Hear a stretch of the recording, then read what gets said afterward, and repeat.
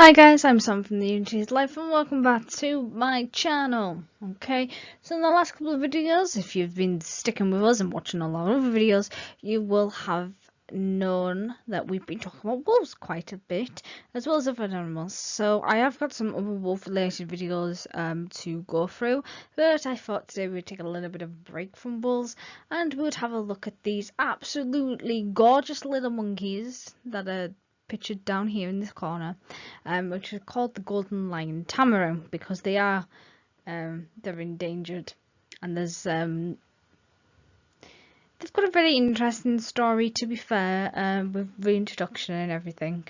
And like I said, they're just gorgeous to look at. So that's one of the reasons why I picked them.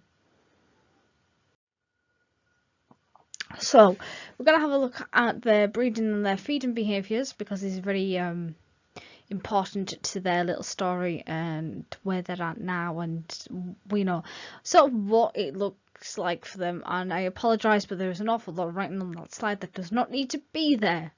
Okay, so the mating season for a golden lion tamarin is between September and March. Their gestation period lasts for 90 days, so same as dogs, your domesticated dogs. Twins are very common, but the females can have 4 at any one time, so they can have up to, like, they can have quads, if you will. Unfortunately, only a quarter will make it to adulthood.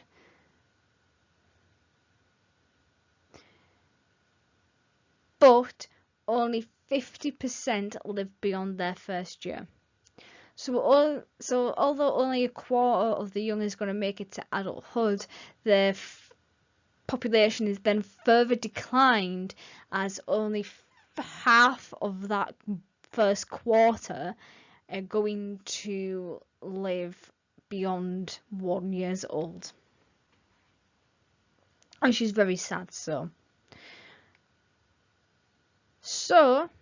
not only does the father help to take care of the young, but so does the whole group. They also help because these animals, they live in groups.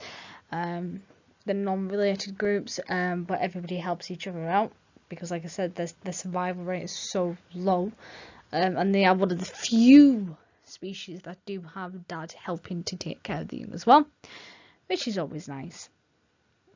So the golden lion tamarin will mature at 3 months of age, which is quite shocking, really. It's quite a short lifespan, really, especially to mature at like 3 months of age, because quite a lot of the time animals take a bit, especially mammals, they take a bit longer than that to sort of mature and grow into adults. The lifespan is 8 years in the wild, but they have been known to live to 50 in captivity. However, due to the low numbers, there are problems with inbreeding. And that's, like I said, that's because they're struggling with this genetic variation, because not a lot of them are surviving. So, you know, a lot of them are breeding with their family members, which is a bit gross. So, obviously, because they live in groups, they have a social structure.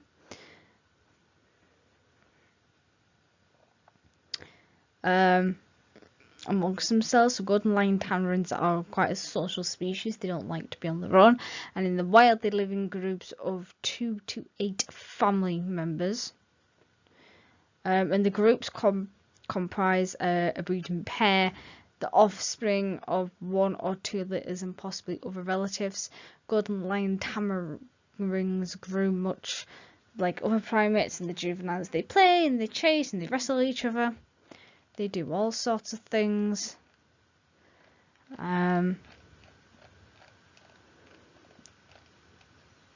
So they're omnivores. So that basically means that they eat a lot of plant-based products. So the golden lion tamarin diet consists of things like flowers, fruits, nectar, snails, spiders. Oh, no, so omnivores, not herbivore. Omnivore is obviously they eat plants, material, and meat. Sorry.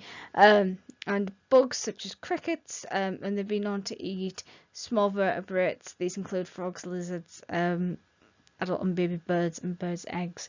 Sorry for the confusion of the two words there. It's really hot today, and I think the heat's getting to me. So I think this is just like a little video of golden lion tamarins.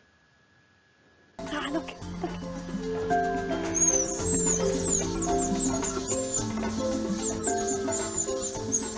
Yeah, we just seen my first tamarin in the wild. Oh, it's just amazing. You can watch them here as well, and you can see them, they're kind of stalking after the prey, and then they're pouncing on like flies and different insects. They live on insects, and then they kind of supplement it then with this kind of eating the bark or fruit as well, and then also try and eat bits of gum again, which is this guy is doing with the tree and pulling the bark back.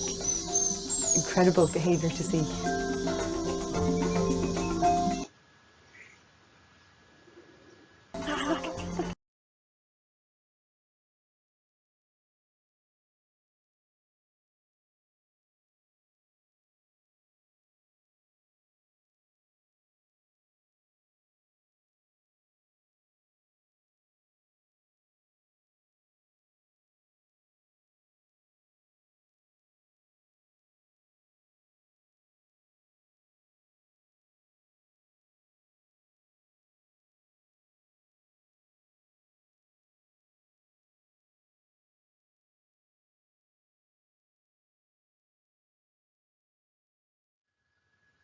Okay, so the current population, as of 2018, I think it was that I did this slideshow originally. But my reference is obviously in 2012, so the current population here is possibly not up to date. So at this point, so in 2012, we're just going to go from there. There was only 3,200 that were surviving in the wild, and another 500 were thought to be living in captivity, give or take. Those numbers are obviously not quite correct as of right now. So there are only about 1,000 left in the wild, and approximately 500 are in captivity apparently. This is probably not quite accurate anymore.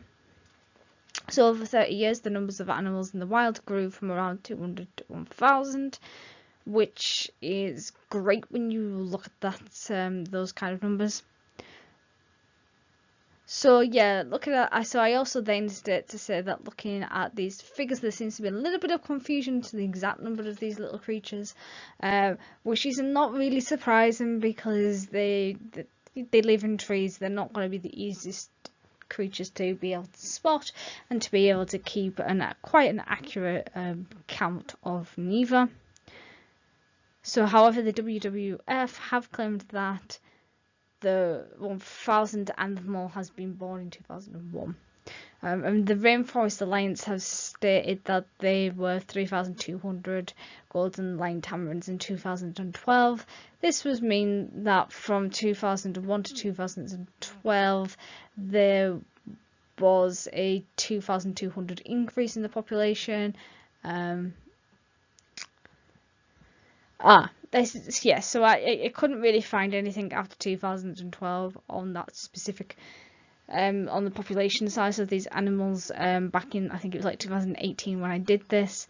Not sure if you'd be able to do that now, but from what I did find back in 2018, the population for these creatures were stable, which is good news. That's what we want. But we kind of want to try and get rid of this like inbreeding as well and put some more genetic variation into their wild populations.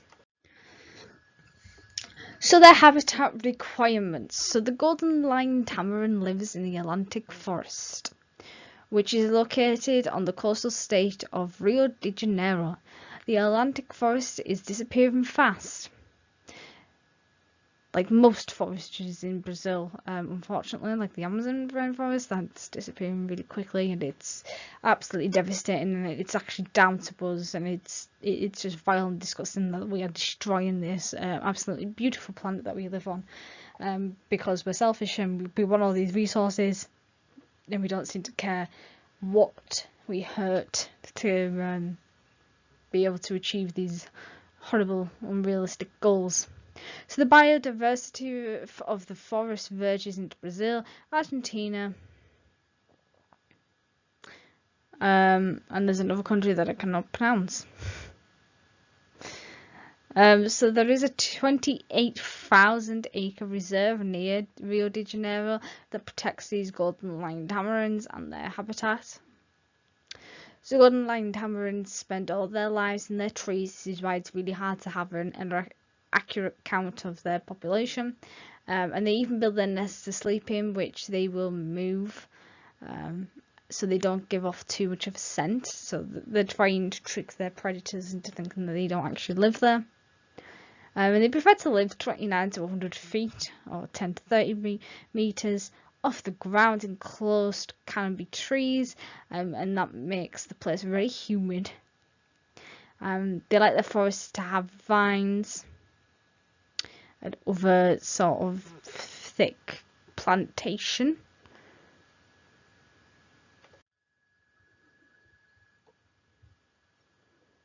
Not sure what's going on there.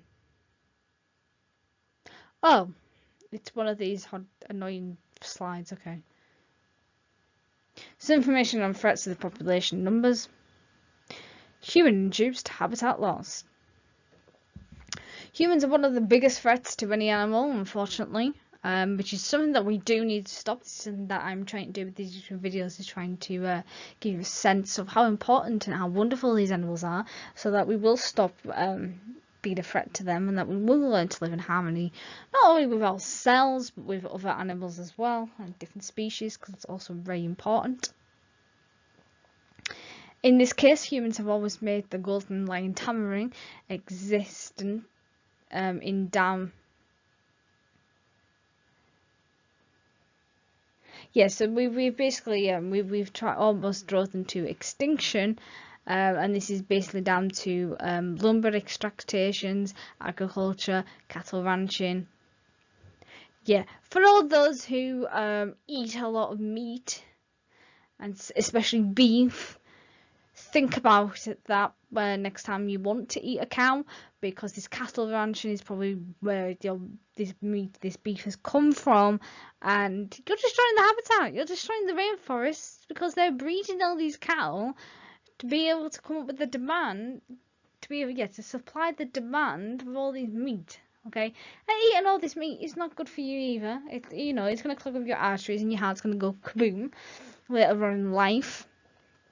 So just think about it. I'm not here to tell you what you can and can't do, but just next time you do eat beef, just think about the rainforests and the golden line tamarins and all the other animals, and just think about where your beef is coming from as well. That's really important.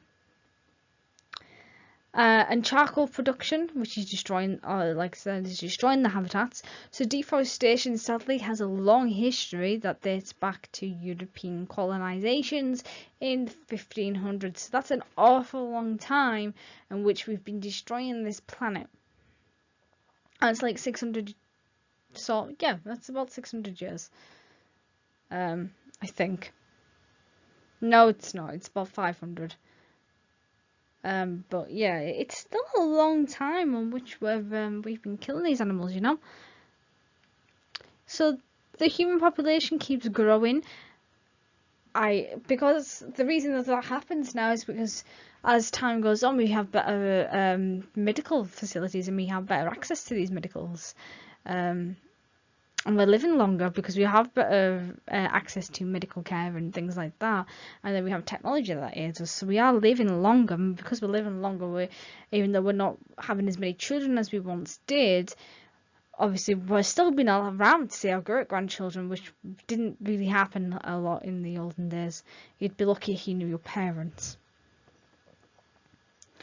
And this means one of the main threats to these monkeys, these golden lion tamarins, is also growing, and as the forest is being destroyed to make more homes for farms and for people as well. which is really, really sad. Do you know what annoys me is that all these houses that are being rebuilt and everybody wants a brand new spanking house, right? What I don't get is why nobody seems to want to have a house and live in a house that's obviously still there, you know, like it's been there for a while, it's already been built, and you know, it might be really, really old, but a house is a house at the end of the day, guys. I'm just saying, you don't need something that's brand spanking new. So this is harvesting and hunting. So this picture here shows you, so these green areas that you can see here, shows you the forests and how vast it was compared to what it was in 2012. So you can see there's a huge difference there. There's not an awful lot of this forest that's left, and that's down to us, you know, and it's just, that's disgusting that that's happened in, like, you know, just over 500 years. That's probably even less now, because that 2012, that was 9 years ago. And a lot's probably happened in that 9 years, and you know, these things probably haven't stopped since then. It's quite sad when you look at this. It's absolutely appalling that this is what we've been doing for 500 years. Surely you think we could do something better with our lives than that. So in the 16th century, golden lion tamarins were popular pets. Yeah, popular pets, which is just outrageous, because in the 16th century people didn't really know how to look after themselves and their children, never mind a pet. And you know, they did have cats and dogs then, but no, that wasn't good enough for them. They needed a golden lion tamarin. Throughout the 20th century, these tamarins have been exported for the pet trade. I hate the pet trade. I'm not gonna lie. The pet trade, what I'm on about, is obviously the trade in which they go into the wild, and they will kill the parents, and they'll take the babies and the offspring, and they will sell them on to posh, stuck-up people that have got more money than sense and think it'll be a cool thing to have, like a pet lion or a pet chimp, or in this case, a golden lion tamarin. That's not a cool thing to do, by the way. And even sometimes these animals are also exported to zoo exhibits, even though now most of the time these zoos will all trade animals that have been born within different zoos, right? So they swap, but they should have been born in the zoo, not taken from the wild. And the biomedical research is also a reason why these animals are being exploited, which doesn't make any sense to me. So during the 1960s to 1965-ish, these animals were exported at a rate of 200 to 300 animals per month. And there's 12 months in a year. So that number grows, right? And that obviously happened in a span of 5 years. So I'll let you do the math, but it's a hell of a lot of animals, and it's disgusting, because you're taking them out the wild, they can't live their lives, and they can't even exhibit any of their natural behaviours. So in 1968 it was made illegal to sell and transport these animals. International trade has been restricted since 1975. Despite this, the golden lion tamarin is still being trapped and sold in the pet trade. So another thing is pollution as well. That doesn't help. So there's many plantations near the habitat of the golden lion tamarin, and they spray these insects. They spray insects with insecticides. So why is that a bad thing? Well, because the golden lion tamarin is eating these insects that have been poisoned with this insecticide, which is then later poisoning the tamarins. And obviously these industries that are also causing acid rain, which is polluting the water as well, which is absolutely ridiculous. I actually did a report on insecticides and insects, and whether or not the argument was whether or not these insects actually feel pain, because it's been hugely debated, because they have some synapses, because it was neurobiology, so we were looking at these synapses in the nervous system. We don't need to worry too much about it, but basically some of the insect's nervous system does overlap with a mammal's nervous system, and the controversial thing here is that we know for a fact that mammals feel pain, so logically, if the insects, some of their nervous system overlaps with mammals and mammalian nervous system, which are two completely different nervous systems, by the way, then maybe there's a chance that these insects are feeling pain. So when you're spraying them with these insecticides, but not only is it killing these pests, these insects that you're trying to protect your plants from, something is going to come along and eat these insects, and ultimately they're going to die as well.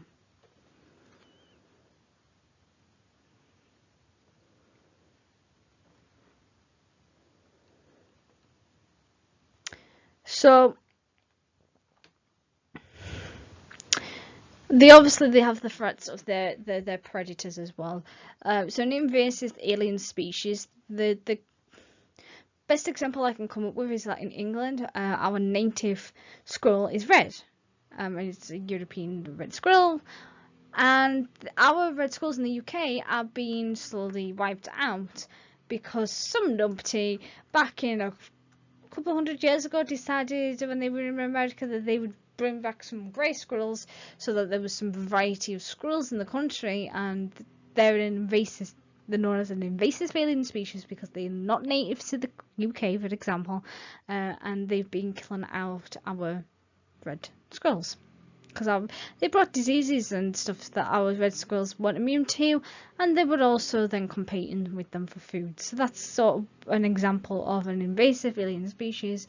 But for these monkeys, it'll be things like cats and dogs that humans have brought with them that weren't there necessarily to begin with.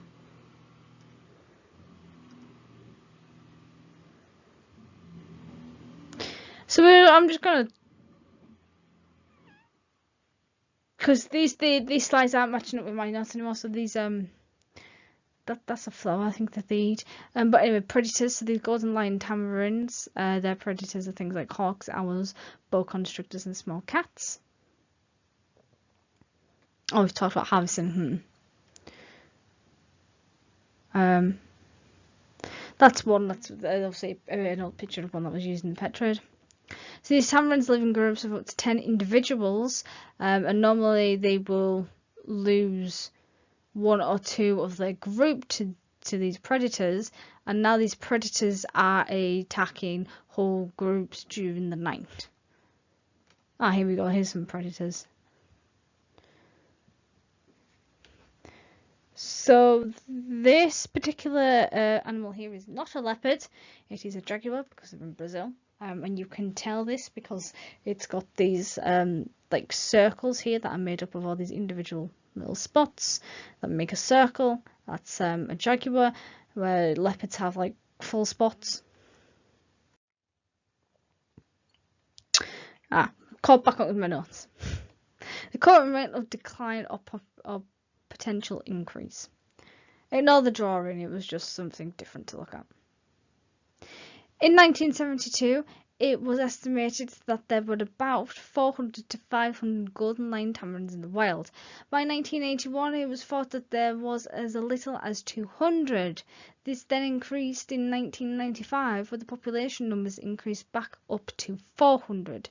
As of 2012, there has been an estimate of 3,200, but of course we don't know anything later than 2012.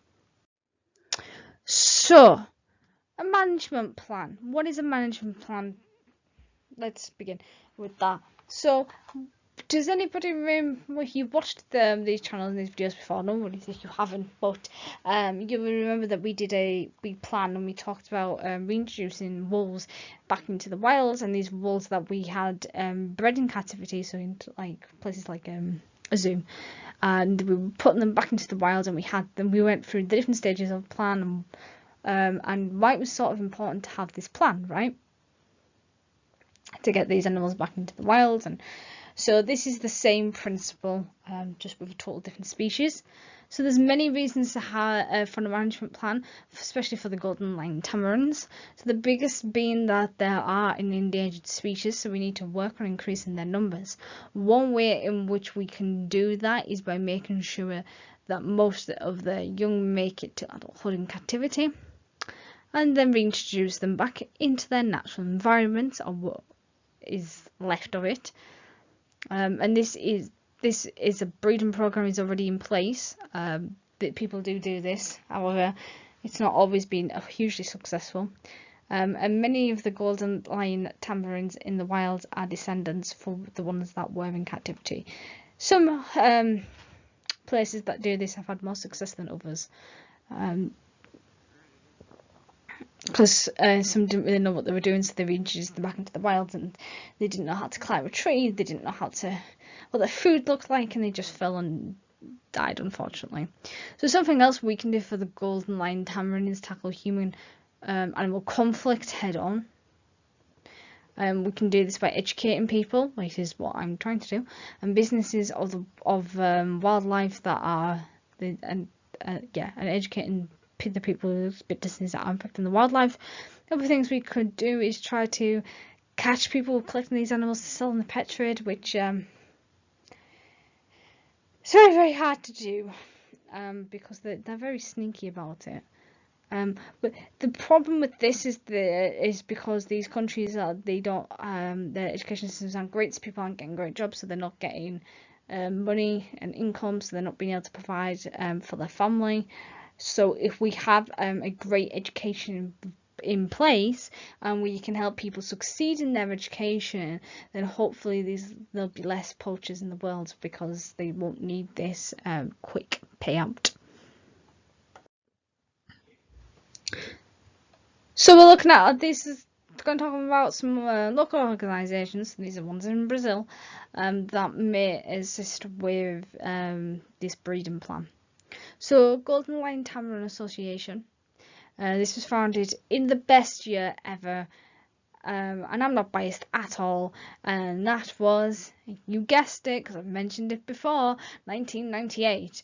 And they had bought 140 acres of old cattle ranch and replanted local trees. So these trees aren't going to be huge because they're already going to be about 23 years old. This has worked, and many of the trees are obviously growing back. There are Brazilian scientists that are actively tracking golden lion tamarins, and they are present with an American organisation called Save the Golden Lion Tamarin, which was founded in 2005, so a little bit later on. So Save the Golden Lion Tamarin, they help provide the AMLD with technical and financial support.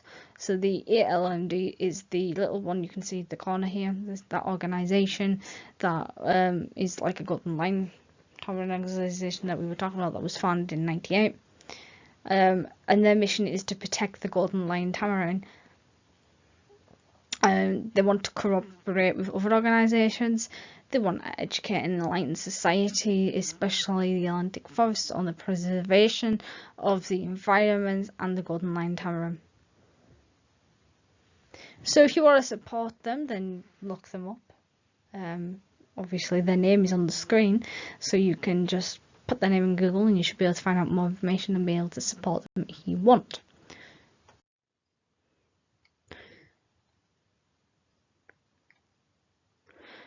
So these potential numbers, obviously, if they're successful, hopefully they're going to rise. So we're talking here about an increase of about 26% per year, approximately, which isn't brilliant, but it's not the worst thing in the world either. You know, because an increase is an increase at the end of the day, and that's what we want, is an increase in these populations. So how would we go about increasing these numbers? So zoos like the Atlanta Zoo and Smithsonian National Zoo and Conservation of Biology Institution are helping the golden lion tamarins by breeding them in the zoo and reintroducing them back into the wilds.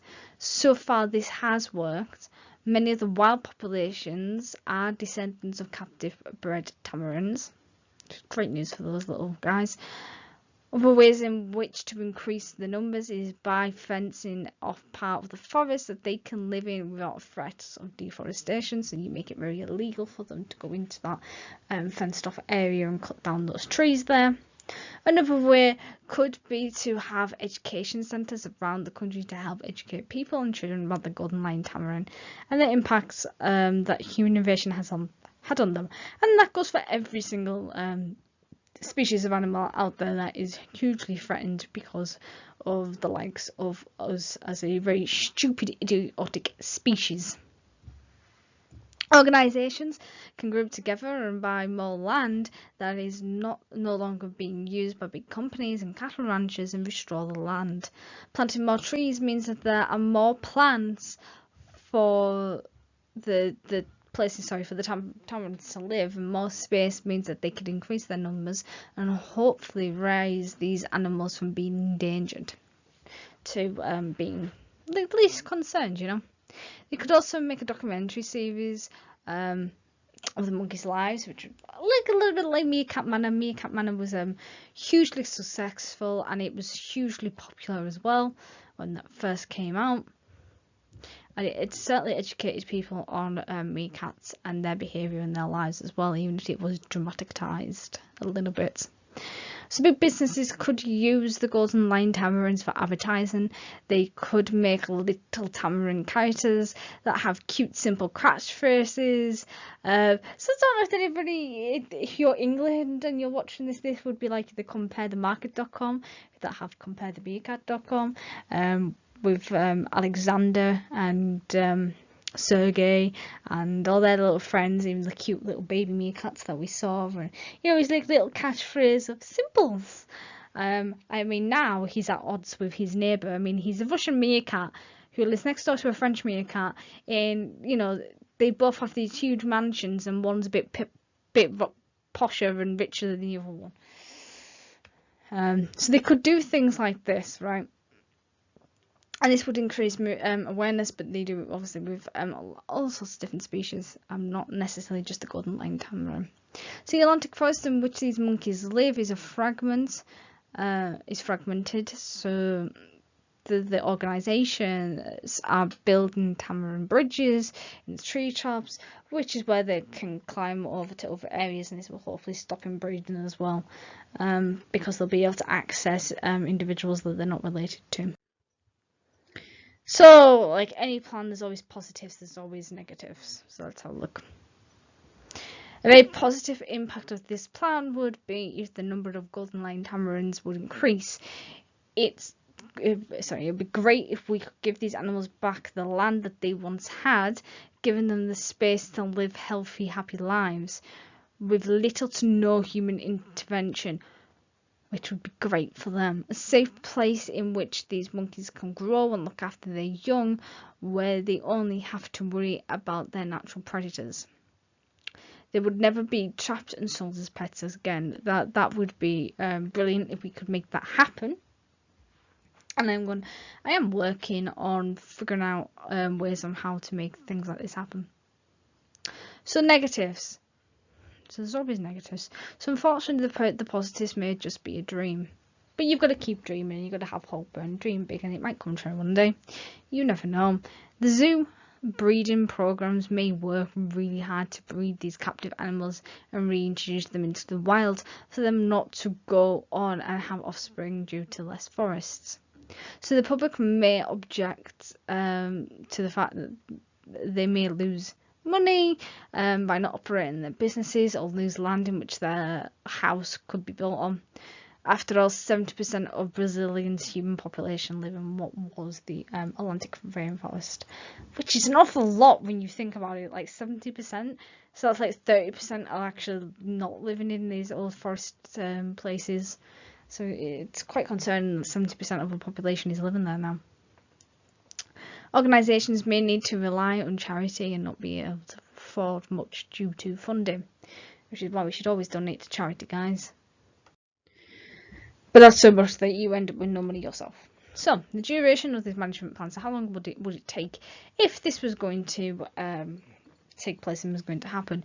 So take into consideration of how many babies each animal has and how many pregnancies each animal may have during 1 year, and the mortality rate amongst the young, and the number we'll already have in the wild, it would take many years to build up enough numbers to get the species out of the endangered zone. But we can't do it on our own. We people need help with these as well. Other things to consider are how many survive in the wild have to be reintroduced, and the amount of space that there's left available to them. With most of the forest gone, these animals may need to be relocated to, which will take a number of years to find a suitable place and create laws to protect these monkeys in their new homes. So it's a long process, but it all starts off with education, because if we can prevent like deforestation and their habitat from going, then we've got a better chance of making these dreams come true in a way. Some methods used to monitor a population, which we've probably talked about some of these in the past. So one method we can use to monitor the golden lion tamarin population is by using radio tracking collars. These collars can tell us where the monkey is and where it's moved on to. If the monkey has not moved in a while, then scientists will be alerted and can go to the last known location to find out what's happened to that individual, because it could be a case the individual could be dead, or they were just very sneaky and will manage to be able to get the collar off. Other ways could be like camera traps, which is what this here is in the corner, which is what I used when I was doing my dissertation on red squirrels. And the monkeys will trigger the cameras, which will start to take pictures of them. So scientists can then use the pictures to see how many monkeys are in certain places, because if they look at them long enough, they'll be able to pick up on identifiable individual markings that these monkeys may have. So zoos could help by microchipping and tagging the monkeys, so that they are planning to reintroduce the ones decide they're planning to reintroduce into the wild. This would mean that the scientists could collect a lot of information from the microchips and be able to identify each individual if they manage to like catch them and do a health check on them, and then be able to get the age and the gender of the monkey as well. So that's all I have for today. So if you feel like you've learned something about these gorgeous and stunning little monkeys, and you feel like other people would benefit from learning from this, then please share this video. Don't forget, if you've got any questions, just put it in the comments below. Or you could even tell us your opinion in the comments below as well. That'd be great. We could have like a little debate about things as well. As long as you keep it civil, you're not nasty to each other. And you know, if you feel like you want to learn more about different types of animals and you have not already, then please subscribe by clicking on my face. And if you want to see any other animal content that I have done, then click on the playlist and you should be able to see all the contents that I've done. As for me, I will see you in the next video. Thanks for watching. Bye.